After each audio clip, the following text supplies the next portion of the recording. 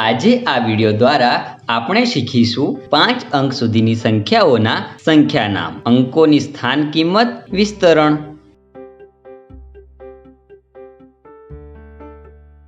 સંખ્યાઓ આપણા માટે ખૂબ જ મહત્વપૂર્ણ છે. આપણા જીવનમાં એવી ઘણી પરિસ્થિતિઓ આવે છે જ્યાં આપણે સંખ્યાઓનો ઉપયોગ કરીએ છીએ, જેમ કે ગણતરી માટે, માપવા માટે, લેબલ લગાવવા માટે, સમય દર્શાવવા માટે અને બીજી ઘણી બધી.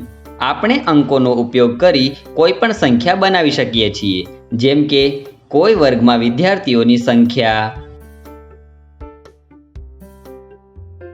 શર્ટની કિંમત, કમ્પ્યુટરની કિંમત વગેરે.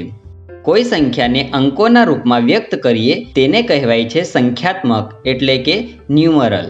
નાની સંખ્યાઓને સરળ રીતે વાંચી શકાય છે, જ્યારે મોટી સંખ્યાઓને વાંચવામાં મુશ્કેલી પડે છે. સંખ્યાઓને સરળ રીતે વાંચવા માટે આપણે સંકેતોનો એટલે કે ઇન્ડિકેટર્સનો ઉપયોગ કરીએ છીએ. સંકેતો જમણી બાજુથી ડાબી તરફ લખવામાં આવે છે. કેટલાક સંકેતોને એકમ એટલે કે વન્સ, દશક એટલે કે 10, 100 એટલે કે હંડ્રેડ્સ, 1000 એટલે કે થાઉઝન્ડ્સ, 10,000 એટલે કે 10,000 જેને દર્શાવવામાં આવે છે.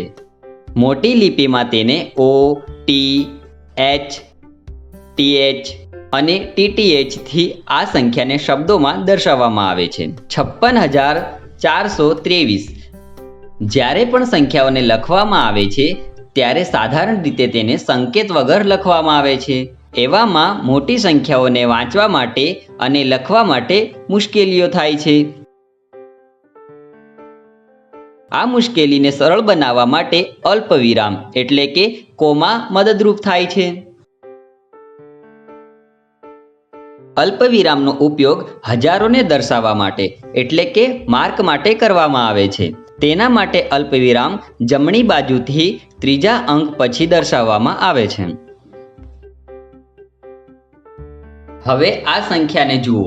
ભલે આ સંખ્યા બની હોય 5, 6, 4, 2, 3 આ અંકના ઉપયોગથી, પરંતુ દરેક અંકની કિંમત જુદી જુદી છે.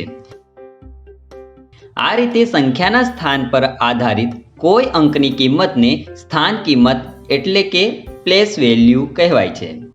સંખ્યાને અંકોના સ્થાન કિંમતના સરવાળા રૂપે દર્શાવવામાં આવે છે.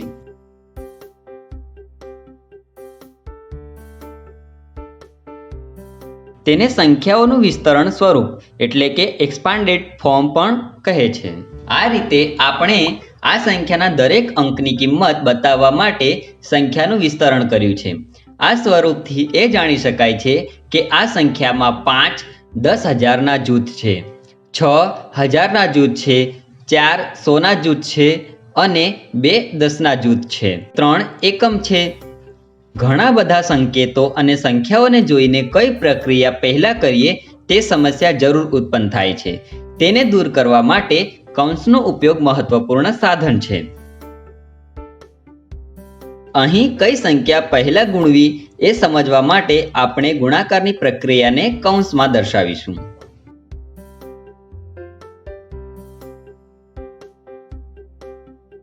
આજે આપણે શીખ્યા કે 5 અંક સુધીની સંખ્યાઓના સંખ્યા નામ, સ્થાન કિંમત અને વિસ્તરણ.